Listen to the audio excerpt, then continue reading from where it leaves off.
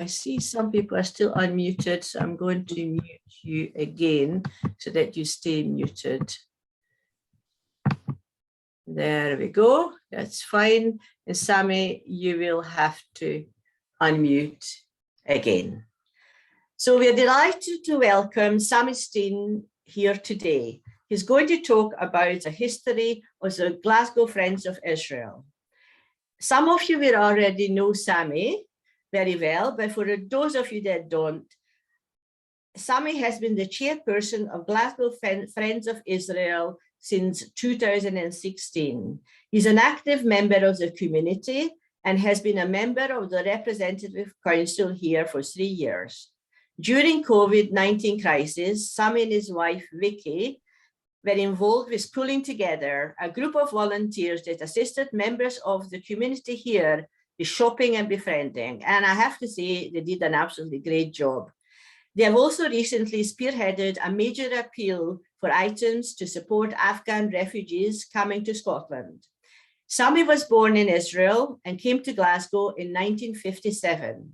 In 1969, he returned to Israel and served for 5 years in the IDF before coming back to Glasgow. He has 2 daughters and 2 grandchildren in Glasgow. I should also say that Sammy does a wonderful job. He has a stall in town, and every week he talks to people on our most popular street, Buchanan Street. Sammy, the stage is yours. Thank you very much, Agnes, and many thanks for inviting me to talk to members of AGR today.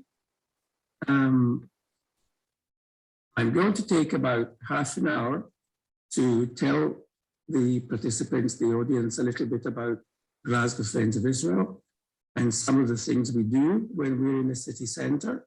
And then there'll be time to ask questions, which I will try and answer as fully as I can.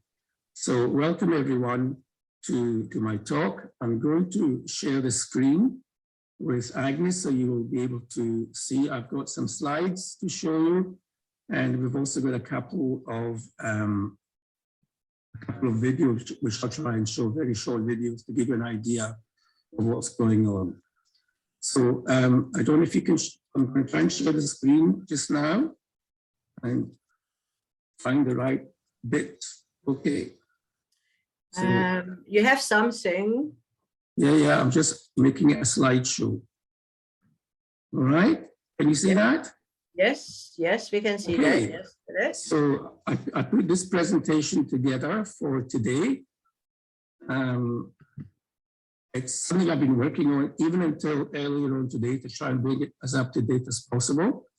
So I'd like to welcome AGR to hear the story about Glasgow Friends of Israel. And why did we start Glasgow Friends of Israel? Some people might ask. Now, how many of you remember this terrible date of the 8th of August, 2014? 8th of August, 2014. That was the day the Glasgow City Council decided to fly a Palestinian flag on top of Glasgow City Chambers. That was a disgusting thing to do and a terrible shock for many of the Jewish community living in Glasgow. Now, this was just after the 2014 Gaza conflict. There was a conflict between Israel and Gaza, and the Glasgow City Chambers and the councillors in Glasgow decided that they will fly a Palestinian flag in Glasgow on the city chambers. The council is not supposed to be a political body. They're not supposed to get involved in politics, especially Middle East politics, and yet they decided that they will take a step to support the Palestinians against Israel on the 8th of August, 2014. And just like everybody else, I was very much shocked by what Glasgow City Council did. And so in 2015, early 2015, some of us decided to establish a group called Glasgow Friends of Israel. And this was following the terrible negative media bias against Israel that was felt across Scotland, across not so much in the UK, but certainly more in Scotland, where the newspapers and the media and the TV came out very much against Israel and to actually support the Palestinians, and especially the Palestinians living in Gaza.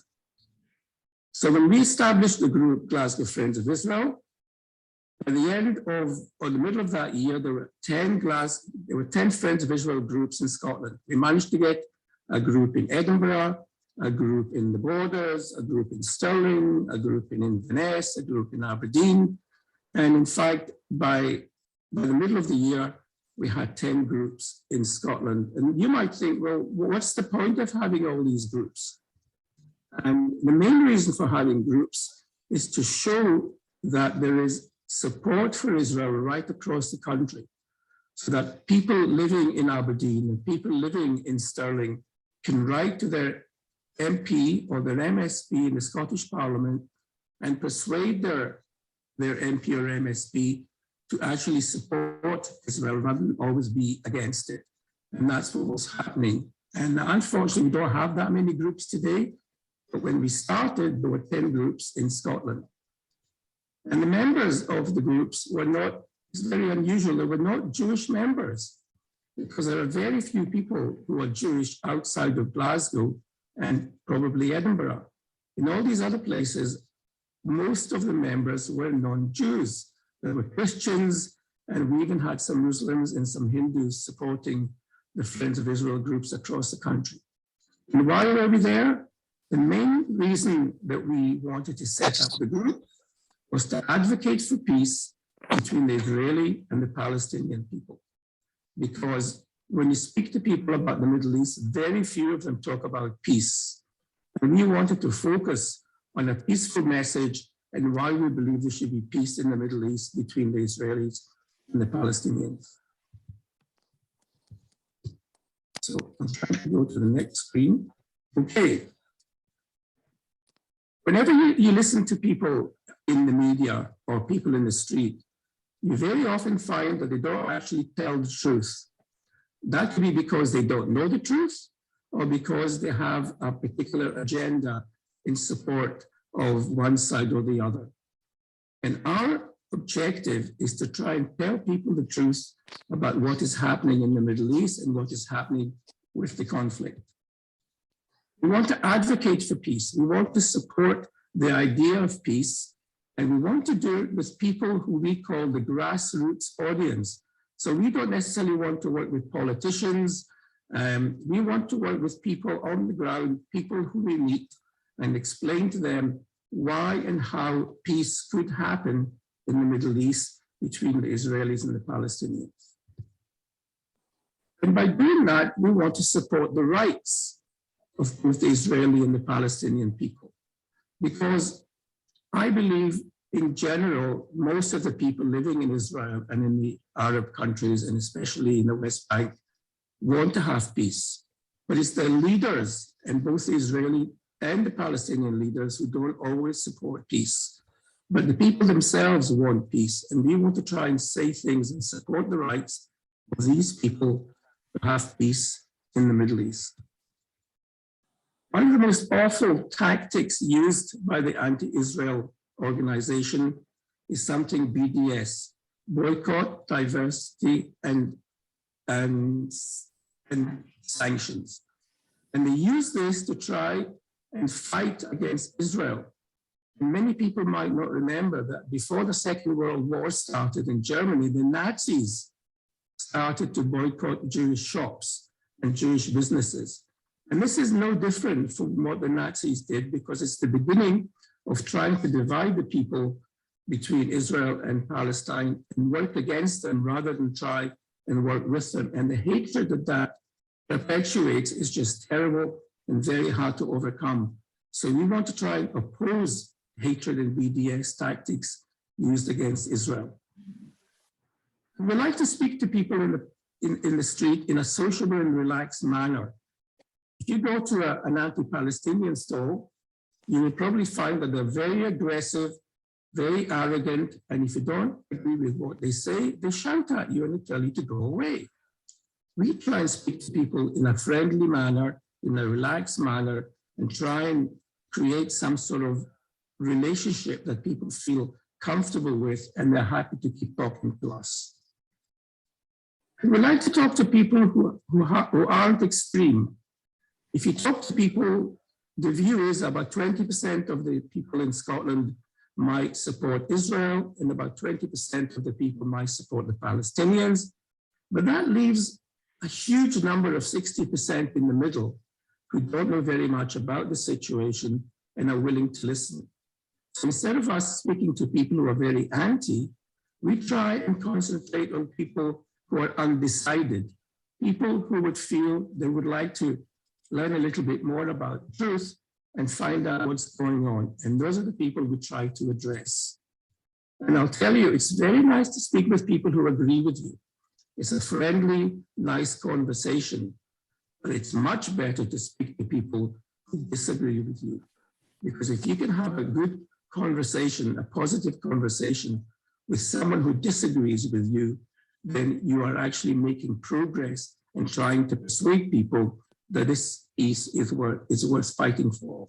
And it's the most enjoyable experience to talk to people who don't agree with you and come to some agreement. And at the end of that conversation, be able to shake hands with that person and ask them to come back for another conversation, which they often do. So that's really what it's all about. So some of you may have been to the stall. So this is the stall in Buchanan Street. We are just next to St. Vincent Street, in between St. Vincent Street and Gordon Street. And these are some of our members. And that picture was taken not so long ago. And you will see, unfortunately, most of us tend to be of the elderly type. We would love to have some young people join us and work with us, but the people that tend to come and work with us are slightly middle-aged, let's say. But we have a wonderful atmosphere, we have a wonderful group of people, and we have the most wonderful time at the stall, and we call it a party place. We certainly have a party atmosphere when we're there, and we work really, really nicely together. And as I said before, these people are not just Jewish people. In that picture, we've got some Christian people and we've got some Jewish people. And as I say, we have people of other religions and none who come and work with us in Buchanan Street. Okay, sometimes it rains in Glasgow, as you probably know. And when it rains in Glasgow, what we tend to do is huddle up under the gazebo and try and have conversations with people by inviting them in. And despite the weather, we tend to stay in Buchanan Street unless it gets very, very uncomfortable. But rain doesn't put us off. And in fact, we've been going to St. Vincent, to Buchanan Street every Saturday for 6 years. Every Saturday for 6 years. Of course, not during the COVID crisis, but during that time, from the beginning of 2015, we have been able to maintain a presence in Buchanan Street for that length of time. Now, some people might say, well, why do you do it on a Saturday? Well, we do it on a Saturday because that's the busiest day in the city center. And that's when we can speak to the most amount of people about what we do.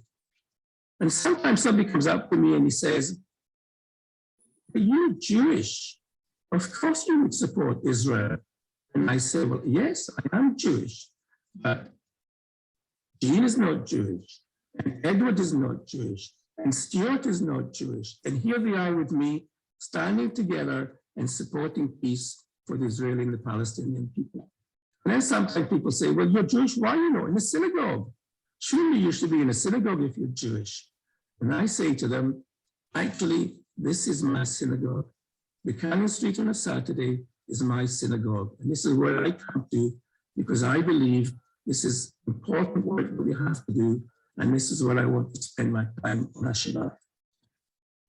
And so here we are. This is looking at it from a little bit further away. And as I say at the top, it's good to talk. We talk to so many people in Buchanan Street that walk up and down the street. Many of them have never seen us before. And when they see our stall, many of them decide to stop and have a conversation. Now, why do they do that? Sometimes they do it because they see the Israeli flag at the top. Sometimes they do it because we have a banner that says Free Gaza from Hamas. because people talk about free Gaza, and what they mean is take Israel out of Gaza. But of course, there are no Israelis in Gaza. Israel pulled out of Gaza in 2015. So we say free Gaza from Hamas, because we believe Hamas is the organization that keeps the Palestinian under its thumb and doesn't let Gaza flourish and grow to a kind of place we would like to see. Now, the other thing that's very unusual about our stall, and if you look at the table in the middle of the picture, you will see a nice big Israeli flag under the table. And above the Israeli flag, there's something most unusual. There are Israeli and Palestinian flags next to each other. We are the only organization, as far as I know, in the whole of the UK that flies Israeli and Palestinian flags together. And that is our message. We want to support both the Israeli and the Palestinian people.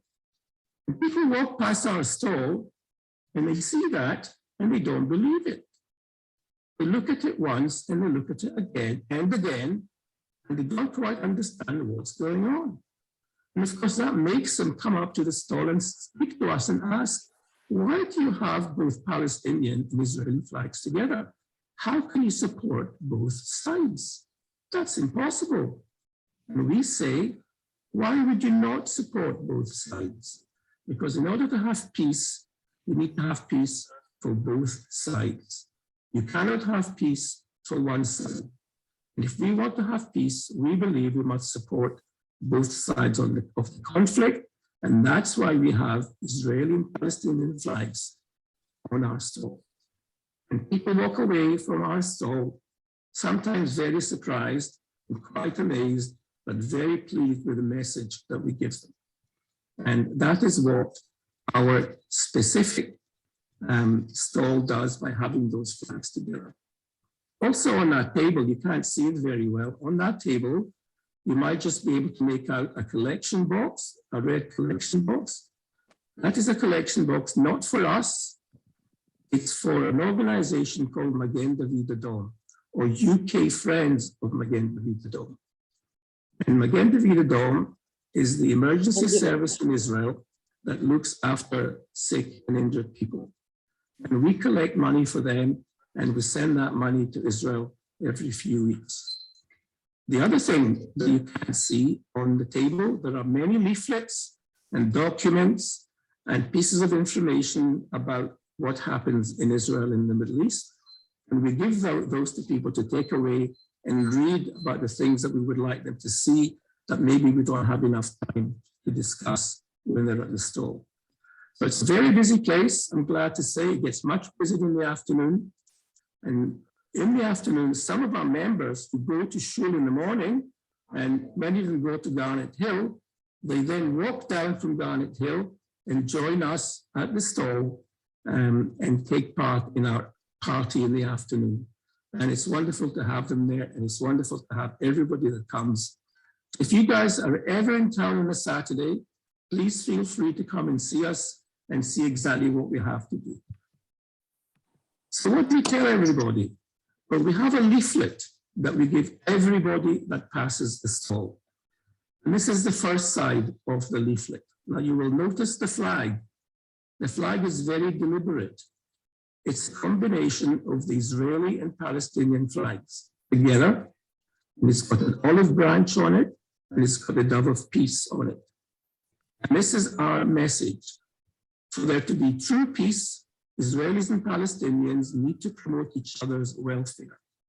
They have to work to help each other. We have a slogan, again, a very unusual slogan, which says pro-Israel, pro-Palestinian, pro-peace. Because to have peace, you need to support both sides. And then there's a list of some of the things that we try and do while we're in Buchanan Street. We provide information, we try and challenge misunderstanding, we try and oppose intimidation and hatred and violence, and we like to bring people together regardless of their religion in order to work in the pursuit of peace. And at the bottom, you'll see some of our other social media channels, which I might talk about later on. So that's one side of the leaflet. And this is the other side of the leaflet. Because what we want to to impress on people is that the only place in the Middle East where you have women's rights and gay rights and democratic rights and freedom of religion and free press and independent judiciary and equal pay for men and women is in Israel. There are no other countries in the Middle East that promote these values and support these values. Very few people know that. And what we'd like to do is impress on people that Israel is not the terrible state that they sometimes read about in the newspapers and that they sometimes see on the news. These are all the good things about the country that people should know about, people should support. Now, I'm going to put another slide, a little map at the bottom, but many people have no idea where Israel is. They don't know. I mean, they might think they know, and they might think Israel is this huge, enormous country somewhere in the world, a superpower. But of course, we all know that it's not. It's a tiny little country in the Middle East, surrounded by all these Arab countries. And when people say, well, you know, there's a story of David and Goliath, and Israel is a Goliath, and the Palestinians are the David, and therefore we should support the David. But that's not the case. The Goliath are all these Arab countries, many of them surrounding little David, little Israel. And it's actually Israel that should be supported in light of all these other countries that are surrounding it. So let me take you back to 2015. This was our very, very, very, very first day on Buchanan Street. And somehow, unfortunately, some very aggressive pro-Palestinian people found out that we were going to be there. And they came to oppose us and demonstrate against us on our very, very first day in Buchanan Street. Now, many of you will not know the gentleman right in the middle with the red shirt. It's not very easy to recognize him. But his name is Nick Napier. He is the convener of an organization called Scottish Supporters of the Palestinians, SPSC. And he's a very, very strong and aggressive Palestinian supporter and an avid hater of Israel. He's always on social media complaining about Israel, telling lies about Israel. And he was there with a megaphone, which he's holding in his left hand, which is difficult to see. He was standing that close to us and he was screaming down the megaphone, calling us all sorts of names and calling us pigs and calling us murderers of children, and that we have no right to be in Buchanan Street. But of course, we stayed in Buchanan Street. And we're still in Buchanan Street, despite Nick Napier 6 years later. And although most of our experiences in Buchanan Street are very pleasant and very enjoyable, once in a while, we have some problems. And I'd like to show you a couple of videos which will explain to you what some of these problems might be. So if you bear with me just for a minute, I will do this very quickly.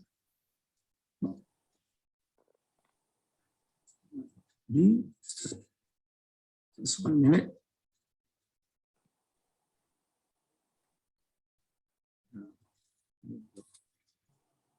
Okay, so let's have a look at the first one, which I will tell you about.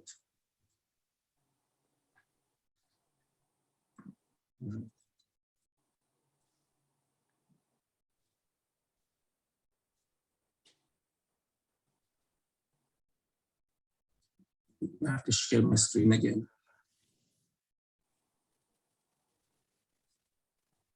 Accused of anti-Semitism. This is a man accused of anti-Semitism.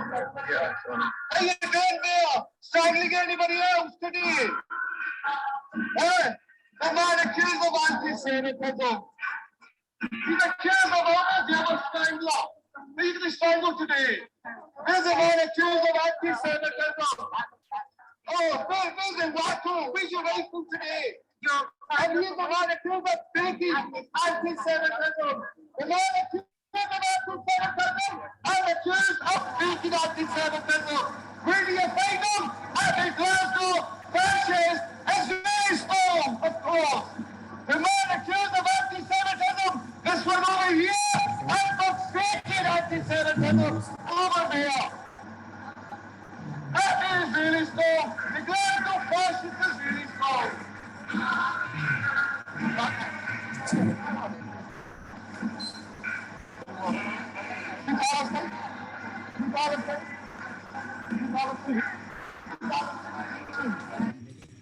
And you heard him finishing off by Difficult to saying, hear. sorry? I don't know if I couldn't make out what was said there, so I don't know. Okay, well, I think the next one is probably just worth watching. You don't actually have to hear it that well. No, it's okay. It's just I don't know if people were able to understand what was being said. That's all. Accuse us of anti-Semitism. We should remind them that they have always been allied to anti-Semitism. In fact, anti-Semitism was one of the allies in the foundation of their state. We should tell them loud and clear that Zionism, Islamism, Judaism is a world religion, and there's also the extremes and many other Jewish people who Okay, I'll just cut that a little bit shorter because you could see what was happening. Can you hear me okay?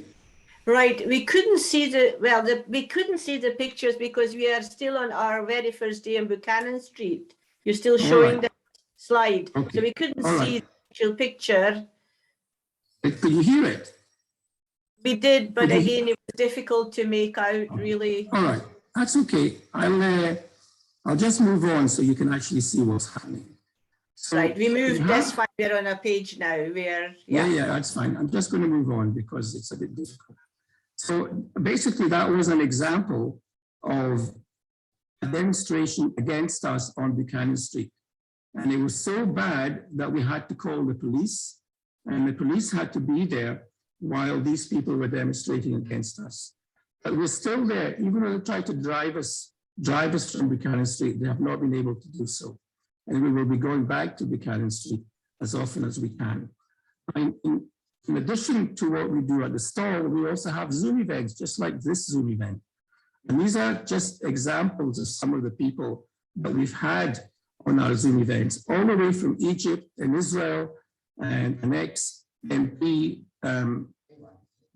and another journalist and Arabs, all the way from Israel and from, including a guy called Lord McInnes of Kilwinning, who is a conservative lord who has been supporting Israel and ourselves for a long time. We also have an annual conference, and we had 5 conferences before COVID struck. And we have those conferences usually in the Glasgow Royal Concert Hall. And we're actually hoping that this year in October, we will be able to once again hold our next conference if things just help us do that and make sure that we can actually have people coming to the conference. And next Tuesday, we have a Zoom with a gentleman by the name of James Marlowe, who is quite a well-known political correspondent who has actually done Zoom for us before. And if you would like to attend our Zoom event, I will tell you in a few minutes how you can do that.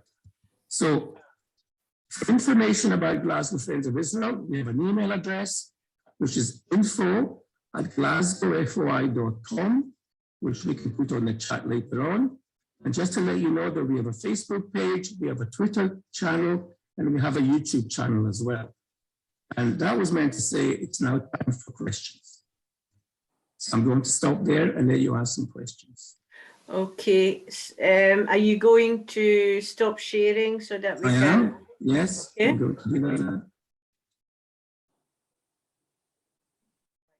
Okay. So we can see each other. Okay. I can already, first of all, thank you very much for that excellent and most informative talk. I see that Myrna has got her hand up. Myrna, unmute and ask your question.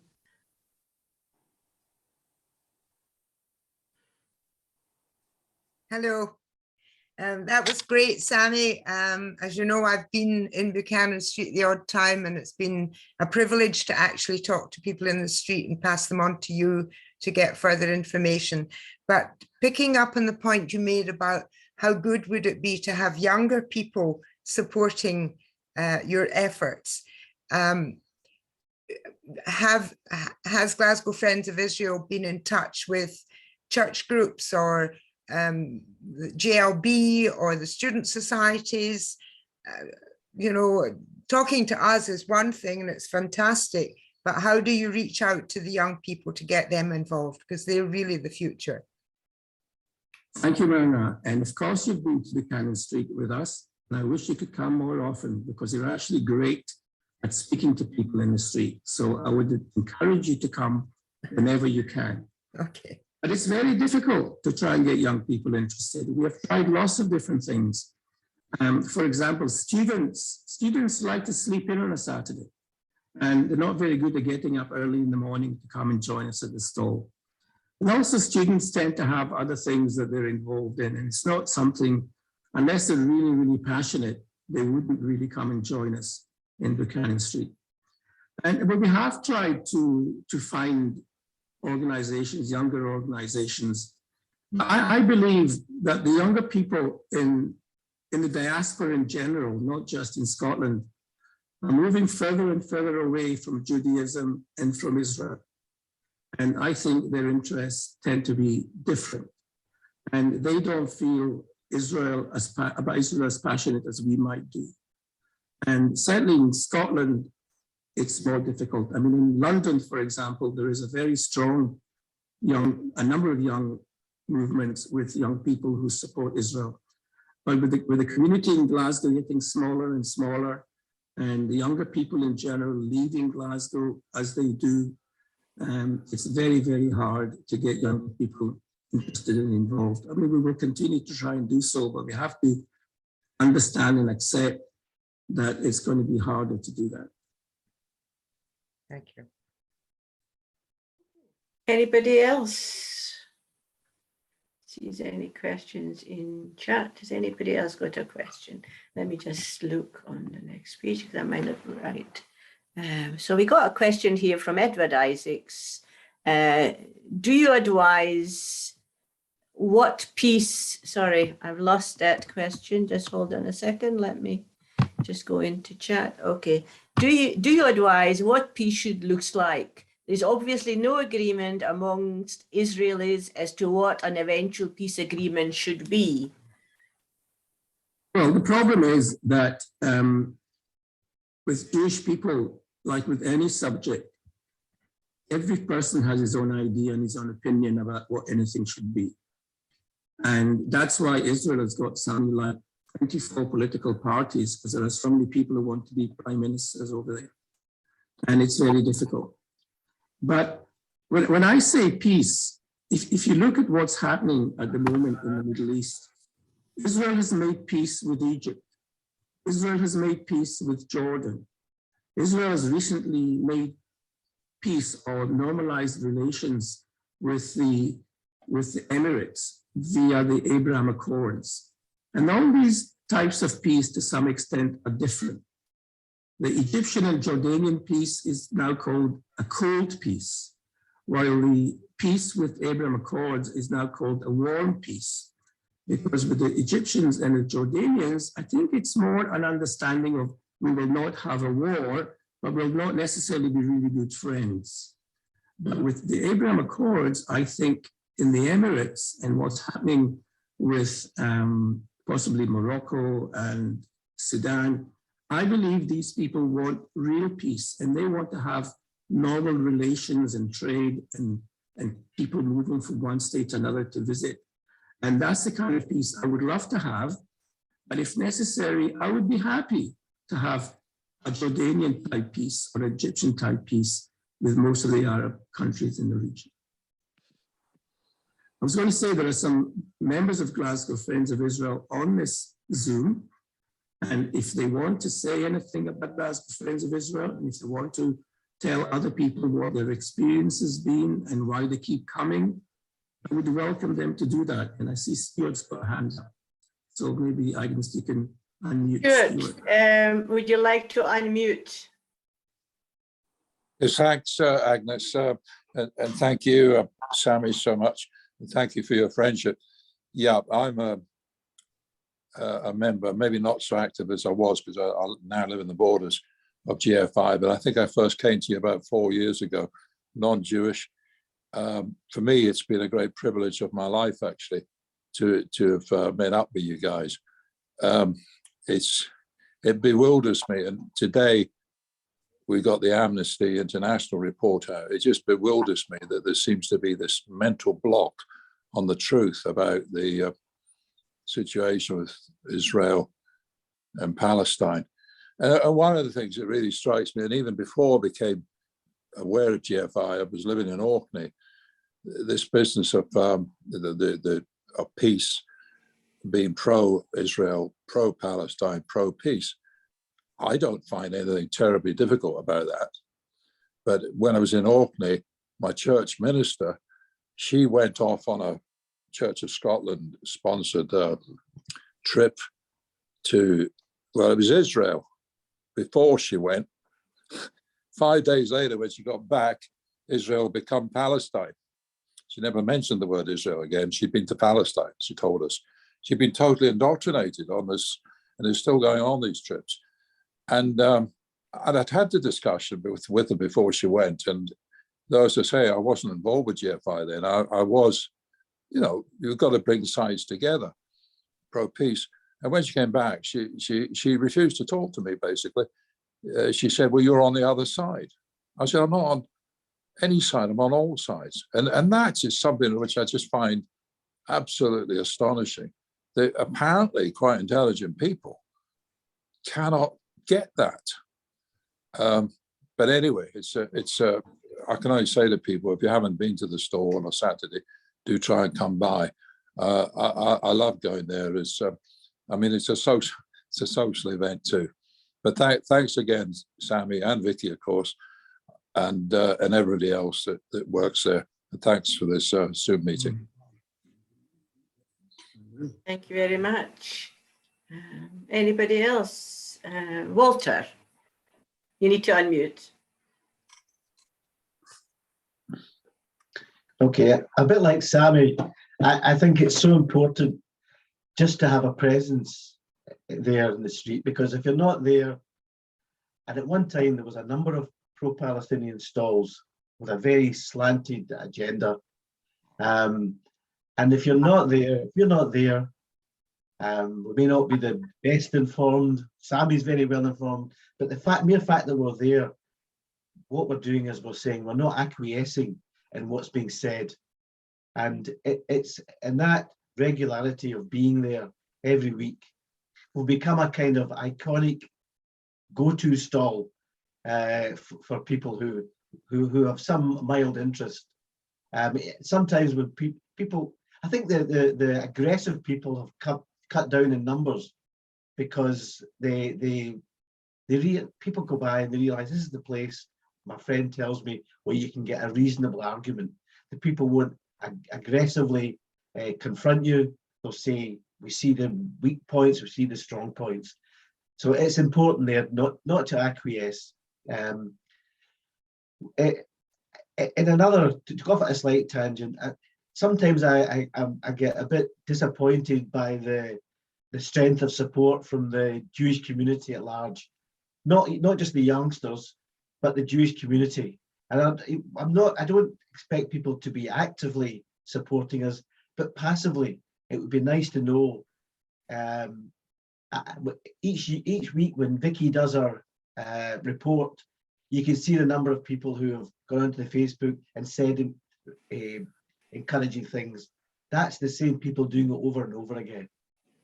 And I think that's the problem we've got, that the Jewish community is very laid back and almost apathetic, or appear apathetic, and they should be supporting this because it's important for us all.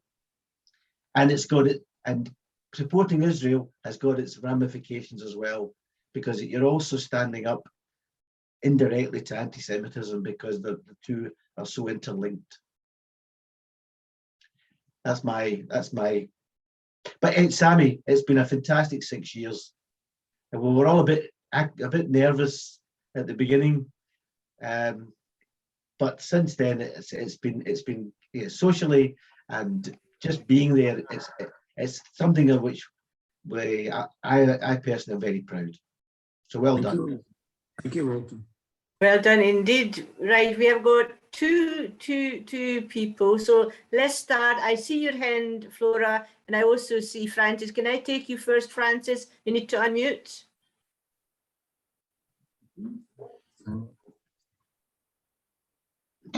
Yeah, I met Sammy for the first time on Saturday. I'm not usually Hi, around Francis. on Saturday, so I met Sammy on Saturday morning, and there were a few things that I find it difficult to get counter arguments to when people start to tell you about Palestine and their understanding, and it's maybe solutions I'm looking for that don't exist. My cousin lives in Israel and they are very much in support of peace, and they objected to their children having to be in the army and be in the front line in the West Bank by what they thought was these Americans that really shouldn't be there that are causing the problem. That was the first thing about the West Bank. The second one that always comes up all the time is Gaza, constantly, and about how Israel has treated Gaza so badly and the concentration of population is unreasonable. They have no health care. And there was another little issue that came up recently when I was speaking to someone, and that is about the COVID vaccinations not being available to Palestinians. And this is why the Omicron is spreading so fast in Israel. So being at a stall, I would, although I don't mind doing it, I would have problems trying to put forward counter arguments. So how do you deal with them, Sammy? First of all, thank you, Francis, for speaking just now, and of course coming to see us on Saturday. It was nice chatting to you. First of all, I would say nobody has all the answers. And when people say to me, I can't come to the stall because I don't know anything, that is really not true, because you will know more than most people who will be visiting the stall because you've already got an interest. So you will know more than them. Secondly, if you're at the stall, you will be standing next to people who have many answers, and you will hear these answers, and you will become more confident and more knowledgeable with what you can say to people. And finally, if somebody does ask you a question that's difficult to answer, there's no reason why you cannot take that person and speak to someone else who's on the stall. I say, look, I don't know much about this, but here is somebody else, here's Walter, he knows about this, and I let him answer your question. And that's absolutely fine to do that. But in order to try quickly to answer the 3 points that you made just now, first one about the West Bank, well, Israelis have to go to the army. That's just what we have to do. And I went back to Israel to live in Israel, and I was 5 years in the army. And that's something that we do as Israelis. Now, obviously, not everybody agrees with what happens in the West Bank, and not everybody agrees with the settlements, and not everybody agrees with Americans being in the West Bank. But ultimately, it all goes back to what we talk about, wanting to have peace in the region for both sides. And hopefully, if that does happen, then many of these people who worry about their children in the army will not be so worried. Your second question, was it about Gaza? Yeah. Well, first of all, it's important. When people say to you, Gaza is being occupied, that is absolutely not true. There are no Israelis in Gaza. Israel pulled out of Gaza in 2005. That's quite a long time ago, and Israel has not been in Gaza ever since. Gaza is governed by Hamas. Hamas is an internationally known terrorist organization. And Hamas is in charge of everything that goes on in Gaza. And if people are having a difficult time, which they are, and I feel sorry for them, the only organization that's responsible for that is Hamas and no one else. And people need to understand that is what's going on there. And it's not Israel that's in charge of what's going on in Gaza. And remind me of your third question, Francis? It's about the COVID vaccinations not being given to Palestinians in Israel. Well, there was a big hoo-ha about that when the COVID vaccination program was taking place in Israel. And Israel offered to give vaccinations to the Palestinians living in the West Bank, but the Palestinian Authority refused to let Israel do that because they said they had their own supply of vaccinations and they wanted to be responsible for the vaccination program. They didn't want people to say that, look, it's the Israelis who are giving us vaccinations. They wanted to avoid that at all costs. And therefore they said to Israel, no, thank you. We don't want you to do it. We want to do it. And in fact, Israel gave the PA vaccinations, which they actually sent back because they said they only had a week to go. And Israel sent those vaccinations to other countries who were grateful for them. So it's not true when they say Israel didn't help the Palestinians. Israel wanted to help the Palestinians, but the Palestinian Authority refused to let Israel do that. Could I just add something? First of all, Sammy, thank you for your excellent talk. Could I just add something to that? In terms of the Oslo Accords, the Palestinians accepted responsibility for the health and welfare of the Palestinians within their control, and that would include the West Bank and Gaza. And the Palestinians have had millions and millions of dollars of aid over the years to assist with the health and welfare, and it's what they choose to spend their money on that can be questioned, particularly in Gaza. And Israel does not discriminate between Palestinians and Israelis when it comes to health and welfare.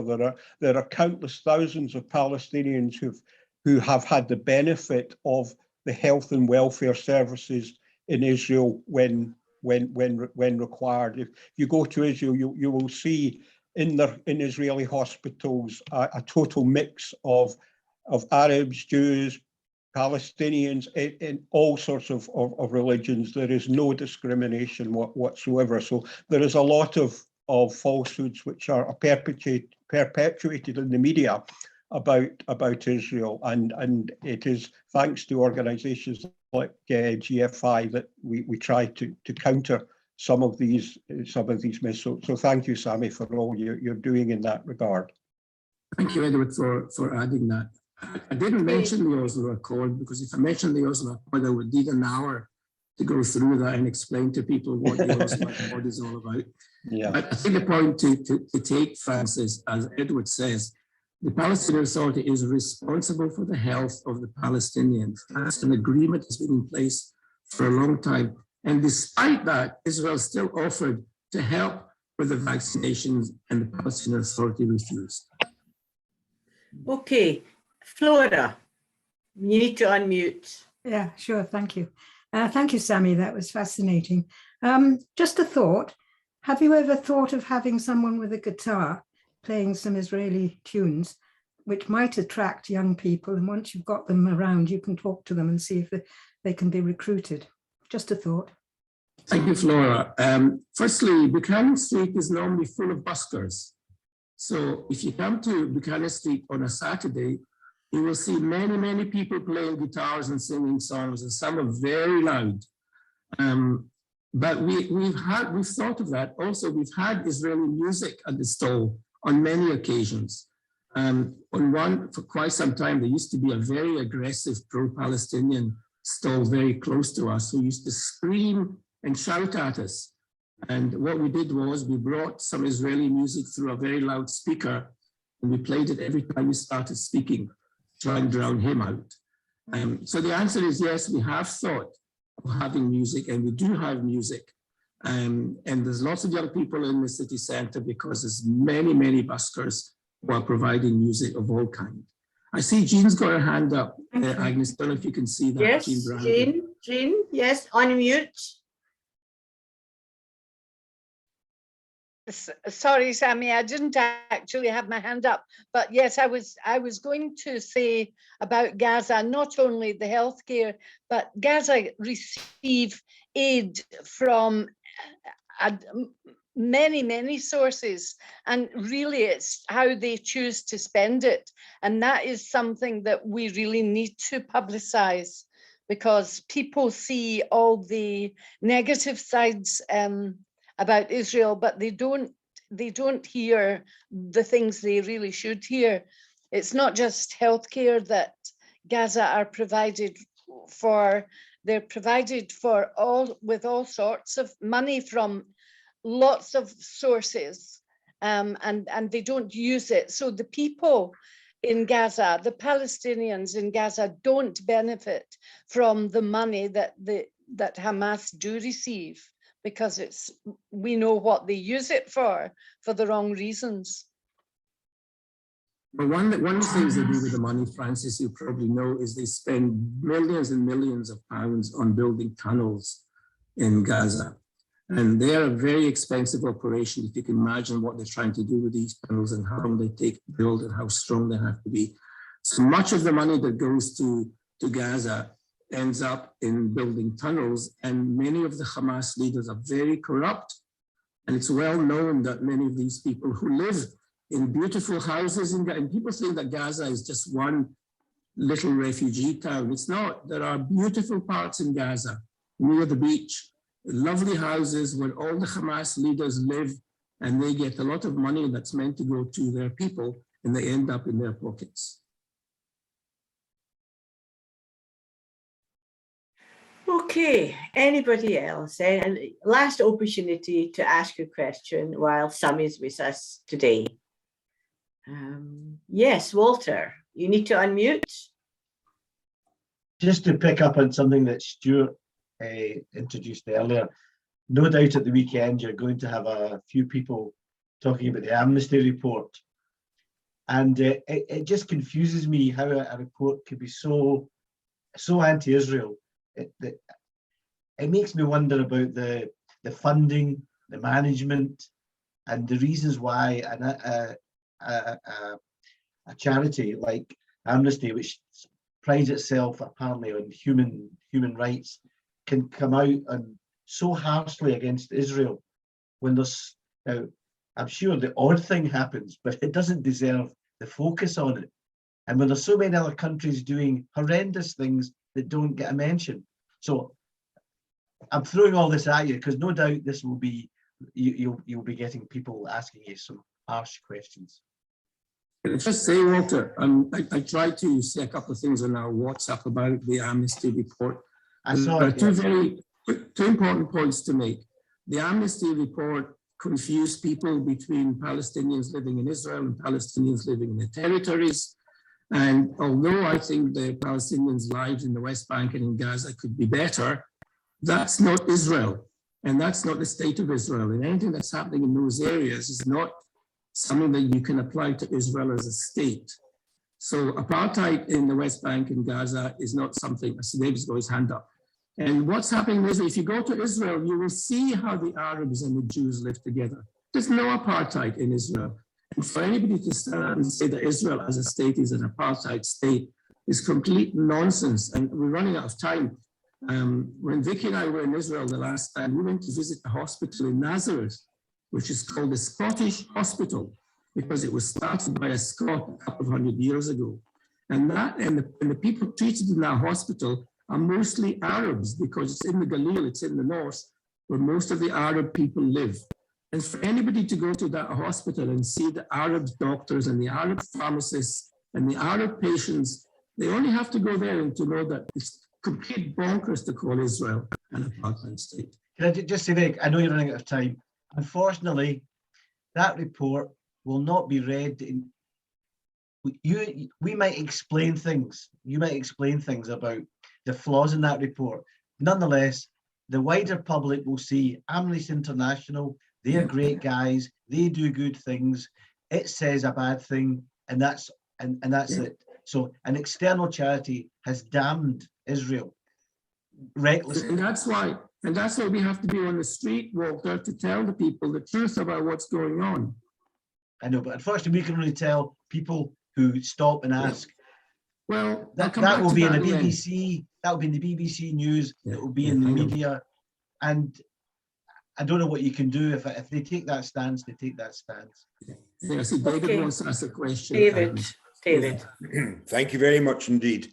Thank you, Sammy, for that excellent presentation. And let me just say that as someone who's been at the stall, I think, for most Shabbats or every Shabbat that I'm not out of Glasgow for over 5 years, I feel very honoured and privileged, actually, to be part of GFI. It's become an extremely important part of my life. just very briefly on the amnesty thing, and then one possible suggestion.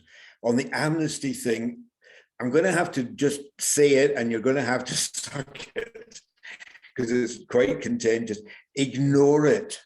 Please just ignore it, because it's not serious. It's not serious. And all you're doing is giving it credibility by trying to sort of answer, you know, point by point by point.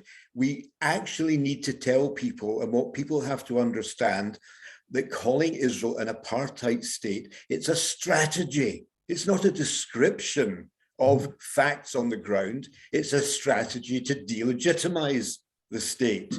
So don't take it as a text that has to be answered point by point as if it's some kind of serious analysis or description. It's not. It's part of a very long-standing strategy which goes back to the 1970s.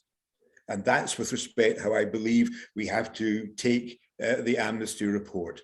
The last thing to say is I would like to ask if there's anybody that would like to volunteer to do Shabbat meals on wheels, because it'd be very nice if about 1, 2 o'clock in the afternoon, like to go around with a little cholent or perhaps some chicken, you know, feel free. And a bit of dessert would be nice too, some crumble or something. Anyway, I just say that as a suggestion to throw out. But thanks again. Good one, David. Good one. I support that. Sounds like a good idea. I'll bring you some ginger cake. That's the best I can offer. Thank you, Myrna. That's great. Can I just say one more thing, I guess, before we go? Of course. As Walter and Stuart and David have all said, and also Myrna, it is a privilege to be able to go to Buchanan Street on a Saturday in Glasgow, because in some cities it's very hard to do that. Edinburgh City Council make it very difficult for people to have stalls. In England, in London, in Brighton, there is terribly violent opposition to groups like ours who try and do what we do. We are very lucky in Glasgow that we're able to do this, and we're normally very safe to do it. And for those that don't make it to the stall, one story you need to know is that when I come home with my wife, Vicky, on a Saturday, when she gets home, the first thing she does is sit at the computer and she does a Facebook blog about what happened that day. So if you haven't been to Buchanan Street and you want to know what's happened, all you have to do is look at our Facebook page. And it's very easy to do. If you're not sure how to do it, if you get in touch with me, I will let you know how to do that. And I have to pay special thanks and gratitude to the wonderful work that Vicky does. And thank you very much. Sammy, are there any other stalls like yours in Scotland? No. No, this is the only one. The only one, yes. Only one. Was there any in the past? Sometimes have one in Aberdeen. Yeah. And Inverness has one once a month. But it's not a regular thing. Once a month. Once in a while, they're able to go out and do something. But we are the only group that do it week after week after week. And people know we're there. We're in the same place. And people can come and see us and talk with us and spend time with us. And we're delighted to see as many people as possible. Sammy, you're doing excellent work, and you've been doing it for a long time. Keep it up, and hopefully peace will come along for everyone. In our lifetime. Thank you very much, everybody, for joining us today. I've been a lovely audience, and I hope you'll join me again another time. And Sammy, thank you very much. Thank you very much for joining today. Thank you. If anybody wants to stay on to chat, you're very welcome to unmute and chat. Or if not, you may want to go and have your dinner. Well, my dinner's not ready yet, so I can stay. Your dinner is not ready yet. No, Okay. so anybody can ask any more questions if they want to ask any questions. Or say anything they would like to say. Okay, can I go back to the amnesty thing? And if you want to tell me to shut up, I can understand that. Because I'm like a dog with a bone. Right. So David said, ignore the apartheid thing. It's part of a strategy. Is that part of the Amnesty International strategy? That doesn't seem. David, come back so I can insult you. No, he's not there. Is he gone away? David's gone. What's the motivation for an amnesty? Because that's symptomatic of something. It's symptomatic. Yeah. Well, what's the motivation, Walter, for many organizations, including the UN and the EU, when they come out against Israel? They've all got their own reasons for doing it. And Amnesty have decided to take this stance because either some of them believe in it or some of them want to delegitimize Israel as a state. And that's how they plan to do it. So it's very difficult to say in their case what's doing it, but it's not unusual. There's lots of, Human Rights Watch is another organization. So if you listen to Human Rights Watch, what could be more balanced than that? And yet they come out against Israel time after time after time after time. I mean, the trouble is Amnesty International have a good reputation amongst the general population. Yeah. And rightly so, maybe for many years. But I think, we've seen it with Oxfam too. There's been sort of corruption at different levels. Yes. In on these big, massive, they become so huge. Yeah. I think the ideology of the early days has kind of disappeared. But they can do damage. Well, they do damage. And then the sort of puppet, the BBC just promote it. To my mind, as an ex-copper, they're promoting terrorism by this. I don't think it's exaggeration to say that. They're giving succor to terrorists. Yeah. Aiding and abetting. That's what I would call it. That's right. Look, Sammy, Luke Akehurst challenged them in the Times. Yes. I got an email about that. Yes, he did. Yes. There's going to be obviously many people and many organizations are coming out to oppose what Amnesty has said. And this is going to go on for some time. And ultimately, there's only one way to show people what's going on, and that's to go to Israel and see Arabs and Jews living together, side by side, next to each other, working together, living together. And that belies the terrible lie that Amnesty has come up with. Yes, absolutely. I say to people, when people come to the stall and they say Israel is an apartheid state, I say to them, have you ever been? And of course, most of them say no. And I say, well, you should go and see for yourself. And that's the only way to do it, is for people to see for themselves. I think the problem is that it's not very often that you come across people who sort of talk about everyday life in Israel. And it makes me think about a speaker we had a few years ago, a man called Larry Rich. I don't know if you met Larry Rich. He came to Glasgow from Israel. He was a frontman for one of the hospitals. And he talked about everyday things like the children's ward, which were mixed, and you would have an Arab family and an Israeli family with a child looking at each other suspiciously. But sooner or later, because they were in the same room, they would say, well, what's wrong with your child? And would you like a cup of tea? And the doctors were, half Israeli and half Arab.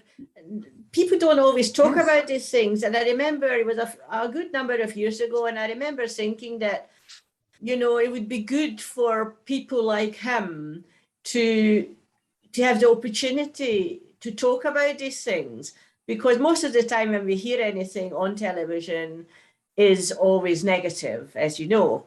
So I know it's not easy to create that situation, but just ordinary things about Israel that a lot of people don't know.